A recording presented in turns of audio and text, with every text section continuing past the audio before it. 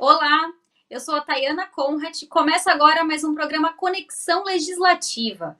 E hoje, para conversar com a gente, é ela, a Raquel Marques, da bancada ativista do PSOL. A gente vai conversar com ela um pouquinho sobre o parto humanizado e a violência obstétrica. Seja muito bem-vinda, Raquel.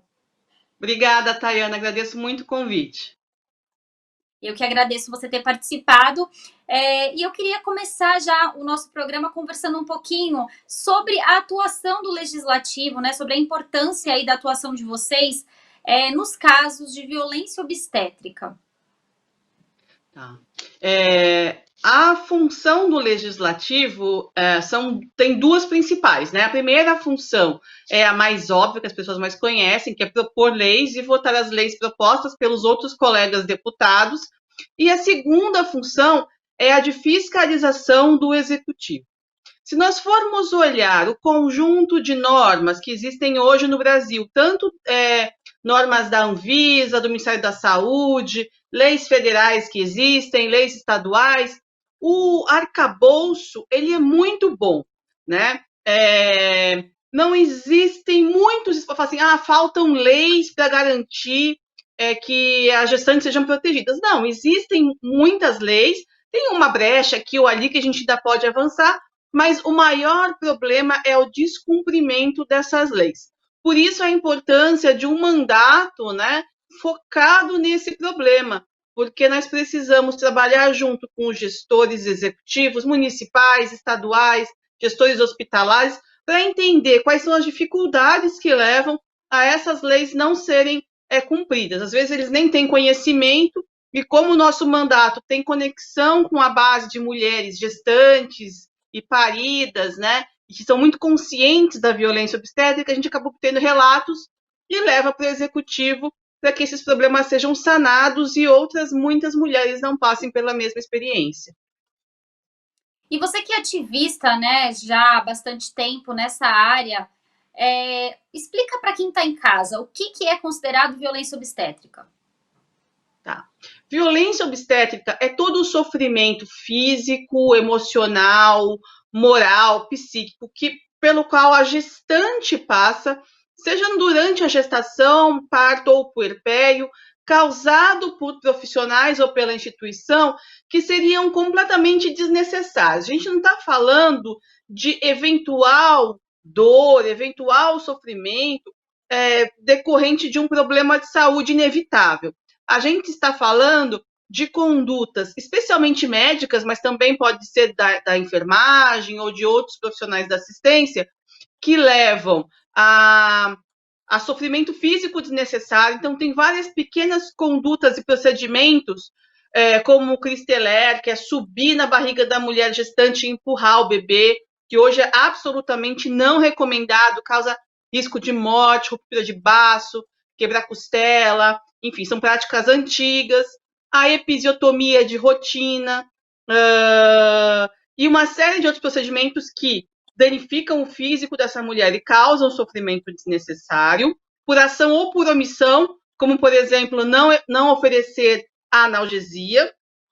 Tem também os sofrimentos psíquicos, quando a mulher, muitas vezes, ela se sente ameaçada naquele ambiente, ou ela é, de fato, ameaçada naquele ambiente. Se você gritar, eu não vou te atender. Se você não se comportar, o seu bebê vai morrer. Coisas assim que fazem com que ela se sinta muito amedrontada, engula o choro, não busque ajuda, não tenha direito a acompanhante, se sinta psiquicamente violentada ou até moralmente, porque não é incomum as mulheres serem ofendidas, xingadas durante a gestação e parto, especialmente se são mulheres pobres, muito jovens, mães solteiras, mulheres usuárias de droga, com HIV.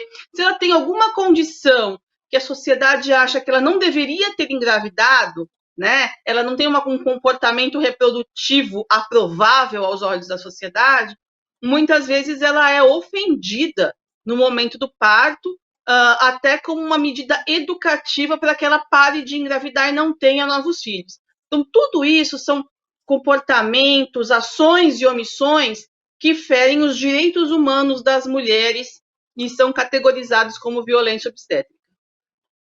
A gente sabe, né, que para acabar aí com a violência obstétrica, a gente não só precisa da atuação de vocês parlamentares, fazendo aí projetos de lei que viram lei e garantem. A gente já tem, na verdade, né, algumas leis que garantem, como por exemplo, receber uma pessoa junto, né, ter um parceiro, não precisa necessariamente ser o pai, né, você pode ter um acompanhante. A gente tem também a lei de 2015 que assegura, né, o parto humanizado. A gente tem, então, uma série de leis, né, que asseguram a mulher. Mas por que você acha que a gente ainda tem muitos casos? Porque é muito simples, é só a gente ir em regiões periféricas e conversar com mulheres, com mães solteiras, com mães mais novas, mães mais velhas, a gente escuta realmente relatos que entristecem a gente. Isso quando a gente não fica sabendo de uma morte causada por isso, né? Então, o que você acha que está faltando ainda, além das leis que a gente já tem, mas colocar em prática realmente tudo isso? A violência obstétrica, ela nasce do mesmo lugar que nasce outras violências contra a mulher, como a violência doméstica, a violência sexual, o assédio, né? É essa desconsideração pelo corpo, pela história, pela autonomia, pela individualidade das mulheres. Por que a mulher escolher a via de parto dela, se ela quer uma coisa ou outra, pode ser tão ofensiva? Por que ter um acompanhante durante o parto é alguma coisa que as instituições reagem tanto, né? Por que eu tenho que ameaçar uma gestante, ameaçar... Então, assim, vem uma série de justificativas, mas por trás de tudo isso tem o quê? O julgamento moral da vida sexual e reprodutiva dessas mulheres, né? Por que você foi fazer sexo? Por que você engravidou? É uma pergunta que está por trás. Está por trás também uma relação de poder entre homens e mulheres também dentro do hospital, né? Aí a gente tem que falar um pouquinho mais sobre a história da própria obstetrícia, né? Porque o parto era atendido por mulheres e depois passou atendido por homens. Aí você fala assim, não, foi para os homens médicos porque as mulheres morriam com a parteira. Mentira! Porque num primeiro momento as mulheres morriam muito mais com os médicos do que com as parteiras, porque eles também atendiam doentes de verdade. O parto não é uma doença. Então, eles vinham cheios de bactérias, num tempo que não se sabia, e transmitia para a gestante. Então, assim, tem uma série de questões históricas relacionadas ao papel do homem e da mulher, do que é ser mulher nessa sociedade, o que é se reproduzir ou ser autônoma nessa sociedade, que se reflete no parto. Além de uma outra questão, que é a necessidade de maximização de lucro ou de redução de custos.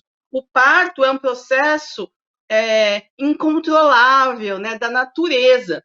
Então, um parto ele pode levar 3 horas, 1 hora, como ele pode levar muito mais. O primeiro filho demorou 43 horas para nascer, né, e o segundo 24.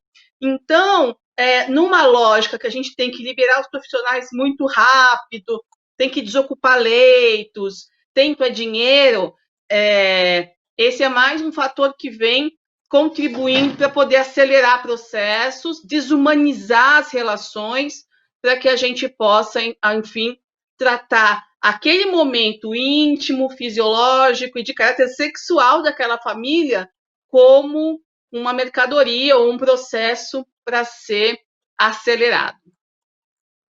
Aí a gente já está entrando numa outra questão também do nosso programa muito importante, que é falar um pouco do parto humanizado, né? A gente sabe que o parto humanizado, a ideia dele é que a mãe e o bebê estão à vontade e seja menos artificial possível, né? Seja realmente algo muito natural. Agora, entrando nessa questão, qual é a diferença entre o parto humanizado e o parto normal? Eu confesso que eu já achei que não tinha diferença, e depois eu fui descobrindo um pouquinho do que era. Então, eu acho interessante a gente também esclarecer isso para quem está em casa. Bom, se fosse sinônimo, estava maravilhoso, né? Mas infelizmente ainda não é. Porque quando a gente fala do parto humanizado, é toda a assistência obstétrica que colocou a mulher e o bebê no centro e voltou todas as energias, todo o conhecimento, toda a atenção para ver o que era melhor para aquele binômio, como a gente fala, né? Qual é a melhor evidência científica, o que há de melhor conhecimento, dar o tempo que eles precisam, a atenção que eles precisam, o carinho, o espaço, o acolhimento que eles precisam para que isso se desenvolva bem. que pode ter um desfecho de parto vaginal, que pode ter um desfecho de cesariana, mas tudo foi feito na perspectiva dele. O normal do atendimento obstétrico no Brasil ainda é um atendimento obstétrico organizado a partir da necessidade do profissional. Então, ele fala, poxa, eu tenho que liberar a minha agenda, eu não posso ficar todo dia indo no hospital atender um parto. Então, eu marco todas as que estão no finzinho de gestação, fazem cesárea no mesmo dia. E pronto, eu fico livre e eu posso ter minha vida particular mais organizada. Então, isso não colocou a gestante e o bebê no centro da atenção, né?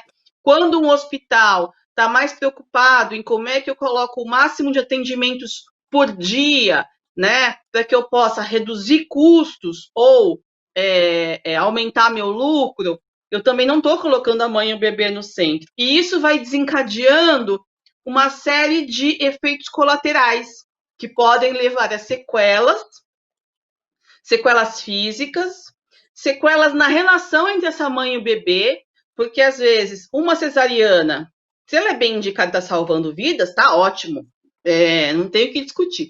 Mas se não, ela pode já desencadear um atraso no processo de descida do leite, um atrapalhamento da amamentação desse bebê, aí a relação mãe-bebê pode nascer complicada desnecessariamente, né? Às vezes, quando o parto é violento, desencadeia depressão pós-parto, o que também é muito complexo, que vai causar profundo impacto nessa criança, nessa família e nessa mulher, sem contar os danos físicos, que às vezes acontecem em mulheres com incontinência fecal e urinária, não por causa do parto, mas por causa da maneira como essa assistência foi feita, né? Ou até morte. Então, quando a gente coloca o bem-estar da dupla no meio, é uma lógica própria. Quando a gente tira isso, as coisas perdem bastante o controle e eles são os grandes prejudicados. E é correto, Raquel, a gente afirmar que uma cesárea ela também pode ser humanizada? Claro, uma cesárea também pode ser humanizada. Se essa cesárea foi feita porque foi ponderado a necessidade e os interesses dessa mãe e desse bebê, e foi feito porque tudo foi oferecido para eles, todas as alternativas, porque cesariana tem maior risco, tem sequela, tem consequências. Mas se tudo já foi tentado e o melhor para essa dupla é uma cesariana, não tem porquê. Ah, mas a mulher ela quis uma cesariana. Ela quis por quê? Porque, de um lado, ela está vendo todo mundo sofrer e ser maltratada. Se ela está vendo todo mundo sofrer e ser maltratada, ela vai querer uma cesariana. A gente está falando de outra lógica. Essa mulher está no ambiente seguro? Foi bem acolhida? Foi oferecida analgesia? Ela está com acompanhante? Ela está com todas as condições? Foi explicado para ela o que é uma coisa e outra? E ela ainda assim quer uma cesariana? Que ótimo, então que tem essa cesariana. Isso é uma escolha de verdade. O que é complicado é quando a gente oferece, de um lado, a tortura, o caos, o medo e a dor, e de outro, uma cesariana salvadora. Nesse caso, não existe uma escolha, né? É uma falta de escolha. É claro que a pessoa vai preferir a cesariana, mas não porque ela de verdade queria aquilo, mas porque foi a única opção razoável que foi oferecida a ela. A gente teve recentemente, né, um projeto de lei que foi aprovado na Assembleia, que é o que garante a gestante escolher, né, a via de parto e a analgesia. Eu queria saber um pouquinho da sua opinião, né, sobre esse projeto e com as suas ressalvas, claro. Então, esse projeto foi apresentado e aprovado no último ano. Foi um projeto objeto de muito debate, do qual nós, no mandato, fomos contra na maneira como ele foi proposto, e não só nós, mas o Conselho de Medicina, de Enfermagem, dos secretários municipais de saúde, da Defensoria Pública, o Ministério Público, uma série de entidades também foram contra. Por quê? Porque justamente ele tratou o problema de uma maneira muito superficial, sem encaminhar as consequências. A gente enfrenta hoje uma situação que boa parte dos hospitais públicos não tem anestesista de plantão lá para que as mulheres que vão ter o bebê tenham seu anestesista. Por quê? Porque falta contratar, porque a remuneração do SUS é muito baixa. Uma cesariana tem que ter 2 obstetras juntos, não pode ser feito só por um, e o parto normal só por um. Se a gente não fosse encaminhar junto com esse projeto o aumento do recurso, o aumento da estrutura e tudo isso que viria de impacto econômico e logístico junto com o projeto, nós estaríamos expondo mães e bebês a maior risco. Então, você simplesmente dizer num hospital sucateado que agora as mulheres podem fazer cesariana sem se comprometer, e essa foi uma conversa séria que nós tivemos com a deputada, vamos juntas, né? Trabalhar para a gente mexer nesse orçamento, vamos juntas oferecer, então, garantir analgesia, e doula, e bola, e chuveiro, e tudo isso, né? Mas ela falou, não, eu só quero colocar na lei aqui que a cesariana é permitida. E isso foi consenso entre a comunidade científica, os secretários de saúde e o judiciário, enfim, de que era uma violação de direitos humanos, porque aquilo definitivamente iria trazer danos e sequelas para as mulheres que iriam ser atendidas em condição precária e também para aquelas que, por drenar muito recurso cesariana, precisa de mais dias de internação, mais profissionais, mais remédios, algumas talvez ficassem sem assistência. Então, sem andar as duas coisas juntas, é um assunto muito sério. Não é possível você fazer uma coisa da sua vontade sem trabalhar para que isso seja efetivado. Não foi possível a gente apoiar esse projeto, mas a gente continua construindo para que todas essas alternativas sejam possíveis, mas não apenas numa canetada de um projeto que não vai pegar, né? Mas que de verdade isso seja a realidade para todas as mulheres do estado de São Paulo e do Brasil. Então, realmente, né, Raquel, você defende realmente essa ideia de a mulher escolher via de parto, saber, mas, claro, tudo dentro, né, de uma conversa também com o médico e toda a situação em que ela está e o bebê também. Realmente é um direito, né, que a mulher tem, mas é algo que precisa ser repensado, ser estruturado com tempo, com calma e com investimento, né? E com investimento, porque do jeito que está hoje, eu tenho rodado o estado. Eu encontro centros obstétricos que atendem as mulheres pelo SUS sem ventiladores, com camas quebradas. Muitas vezes esses centros obstétricos ficam no pior lugar dentro do hospital, no subsolo, muito destruído, faltam pessoas na equipe. Então, assim, a remuneração está muito baixa por alguns procedimentos e dá problema, a gente tem que avançar isso junto. E tem coisas que são muito simples, né? Porque, por exemplo, garantir o ambiente adequado já melhora muito a sensação de acolhimento das mulheres. Então, ter um lugar que tenha chuveiro, tenha bola, né, que tenha uma estrutura para ela poder andar, que andar alivia a dor do parto. Tem uma série de requisitos que foram determinados pela Anvisa que eles não são caros, né? Então, se a gente começar do básico, a gente vai dando para essas mulheres a estrutura que elas precisam e talvez elas tenham menor demanda pela cirurgia, porque de verdade aumenta estatisticamente, né? Não em números absolutos a gente não percebe, né? Mas assim, quando a gente olha a população de uma cidade, aumenta de verdade o risco de morte e essas sequelas todas, né? De vínculo mãe-bebê, amamentação, depressão pós-parto.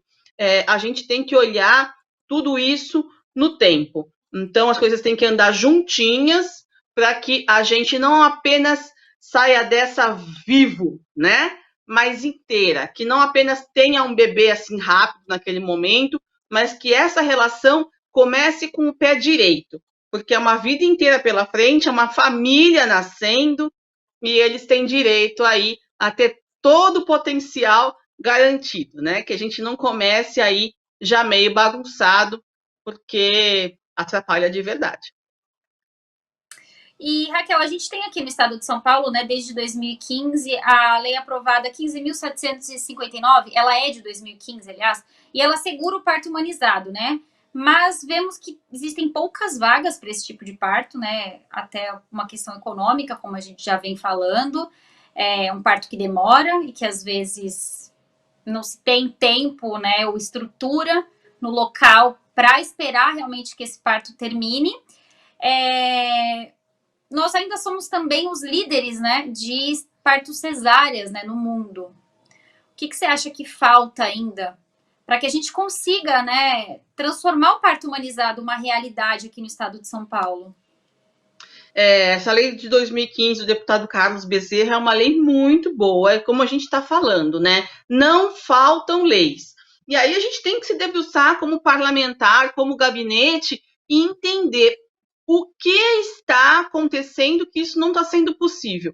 Eu não vou acreditar que deliberadamente os gestores, né, querem fazer o mal para as mulheres. Às vezes são condutas que já estão assim há tantas décadas, né, que vem de uma cultura arcaica e que as pessoas às vezes não perceberam que isso tem que acabar. Então, por isso tem que ter esse cuidado e esse trabalho de fiscalizar. O que precisa para mudar? Houve uma cultura brasileira dos últimos tempos de que cesariana era a melhor coisa que poderia acontecer. E isso levou a uma crença das usuárias quererem cesariana. É um dos poucos países do mundo onde as pessoas acham chique, né? Ou natural ter passado por uma cirurgia para acontecimento tão fisiológico quanto o parto. Então tem esse aspecto de que a gente aprendeu que cesariana é bom, é chique, é a mais alta tecnologia. Depois existe também esse movimento que veio junto com os profissionais, que foi fazendo com que eles perdessem até a prática de fazer um parto normal. Nas últimas 2 décadas tem sido feito um resgate a esse respeito, né, de retreinamento, de valorização por parte das enfermeiras, que enfermeiras também atendem parto, podem fazer parto, né, as enfermeiras obstetrizes, e os próprios médicos, de lembrar, não, o parto normal não é coisa para pobre, não é coisa para quem não pode pagar. Parto normal é a melhor coisa que pode acontecer para a mãe e para o bebê, porque as pesquisas começaram a ficar muito mais sólidas nessa direção, né? E o terceiro é a garantia da infraestrutura. Agora, a garantia da infraestrutura de um parto normal, respeitoso, ela é muito básica, tanto que é possível ter filhos em casa. Eu tive meus 2 filhos em casa, né? Então, você não precisa de uma grande estrutura. Você precisa de espaço, de chuveiro, de uma cama PPP, que a gente fala, que é um lugar onde você consiga ficar tanto no pré-parto quanto no parto. Ela vai dobrando e desdobrando, assim, mas não é nada muito complexo nem caro. E você consegue ficar no mesmo ambiente, tanto durante as contrações, quanto na hora de parir o bebê, quanto depois na recuperação. E alguns apetrechos para você poder ficar quicando numa bola, e algumas coisas assim que ajudam a aliviar a dor. Um espaço para você poder ficar andando, privacidade, porque os mamíferos têm essa característica, né? O gatinho, o cachorrinho, você vai observar. A fêmea, quando vai ter o seu bebê, ela precisa se esconder, né? Porque ela tem que estar muito segura. E se ela estiver insegura, ela não vai conseguir ter o seu filho. Nós mulheres também somos mamíferas e a gente tem uma parte do nosso cérebro que se comporta ainda muito semelhante aos nossos irmãos ali, né? E a mulher assustada, ela não consegue evoluir um parto, porque isso a gente foi aprendido há milhares de anos. Então, eu tenho que estar num ambiente seguro, com pessoas que eu confio, para que tudo isso se desenrole. Falar que a gente precisa de muita estrutura para poder ter parto, ou que isso é caro, não é verdade. Precisa ter muita boa vontade e um olhar da assistência focado no bem-estar da mãe e do bebê, não numa lógica de linha de montagem. Lógica de linha de montagem não funciona, não é bom para nenhum dos dois. E, Raquel, por que muitas mulheres, né, principalmente as mulheres negras e moradoras de periferia, não têm acesso ao parto humanizado? É isso que eu falei para você um pouquinho antes, de que no momento do parto, muitas vezes se materializa uma série de preconceitos da sociedade. Primeiro, preconceito contra a própria mulher, preconceito por essa mulher ter feito sexo e estar se reproduzindo, e depois um julgamento de que maternidade é essa, né? Se é de uma mulher branca, rica, de alta escolaridade, casada, com alta renda, nossa, que bom que você teve um filho, né? Mas se é de uma mulher que não preenche todos esses requisitos, aí vai acontecendo uma cascata de opressões e vulnerabilidades. Então, essa mulher, ela não tem um companheiro? Opa! Essa mulher já tem outros filhos? Opa! Essa mulher não tem tanto dinheiro? Opa! Ela é negra? Ela mora numa região periférica? E aí, cada pontinho que você vai fazendo nessas características, né, sociais, vai tornando essa gestação e parto muitas vezes mais violento.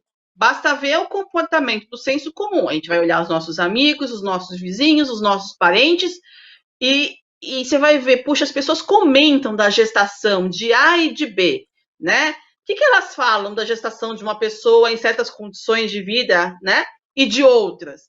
Isso se reflete também no profissional da assistência. Eles também julgam. Aí tem que ter todo um trabalho de consciência e de treinamento para que eles percebam que eles estão reproduzindo esse julgamento que não cabe na hora da assistência, né? E com as mulheres negras tem uma característica que é própria do racismo, que é a ideia do que o negro é forte. Então, com as mulheres negras acontece muito o não oferecimento de analgesia. Para a mulher branca, a primeira coisa que se faz é oferecer analgesia, porque a mulher branca é delicada, é frágil. Mas a mulher negra ela é entendida como uma mulher resistente, que aguenta tudo, durona. E aí ela não é tratada com o mesmo zelo. E é uma questão. É duro, né? O racismo e todos esses julgamentos, eles são tão arraigados que se não tiver um trabalho reflexivo, né, dos profissionais, da equipe, para poder perceber esse comportamento, isso pode passar uma vida inteira. É o famoso não fiz por mal, mas está fazendo, né? É uma prática que vai se multiplicando aí durante os anos. A gente percebe, né, Raquel, nessa conversa que é uma questão muito cultural, né? Tudo isso, a questão do racismo, a questão até do parto, o medo que as mulheres têm do parto, como você falou, né? Criou-se a lenda de que a cesárea era melhor, que a cesárea era isso, que a cesárea era aquilo. E na verdade a gente vê que realmente é um medo, né? E acho que a gente precisa, então, a gente já tem políticas públicas para isso, mas colocar em prática realmente, preparar os profissionais para tranquilizar, né, e deixarem com que essas mulheres sejam protagonistas desse momento tão importante da vida delas e também do bebê que chega aí, né? A gente tem que ter pressa nessas mudanças, porque a oportunidade de nascer é uma vez só na vida, né? A gente só nasce uma vez. Então, cada bebê que nasceu de uma maneira violenta, já chegou ao mundo, saiu de um quentinho, chegou ao mundo, a primeira sensação dele não é legal, né? E às vezes vai encontrar o colo de uma mãe que foi violentada, que está deprimida, que está sonolenta de uma cirurgia, uma série de questões. Então, é muito importante a gente ter pressa nessa mudança e também pelas mulheres que passam por uma violência que na narrativa de muitas mulheres, porque eu falo com muitas mulheres que passaram por violência obstétrica, elas dizem é como se eu tivesse sido estupradas. Então, essa metáfora do estupro na vivência da violência obstétrica ela é muito comum, para você ver como é um assunto sério e forte, assim, que não pode ser negligenciado. Agora, para criar esperança nas pessoas, elas não se sentirem, né, também assim tão mal, ano que vem eu faço 20 anos de luta nessa bandeira. Antes de mim, existiam outras pessoas há 30, mais ou menos no Brasil, nós estamos aí há 30 anos defendendo essa causa, né? Eu chego mais ou menos a 20 ano que vem. E nesses 20 anos que eu pude ver, nós avançamos muito, muito, muito, muito, muito. Para você ter ideia, o termo violência obstétrica, ele só foi consolidado no Brasil em 2014, há 6 anos. E o ano passado, o presidente da República, um dos primeiros atos dele foi tentar extinguir esse termo de todos os documentos oficiais.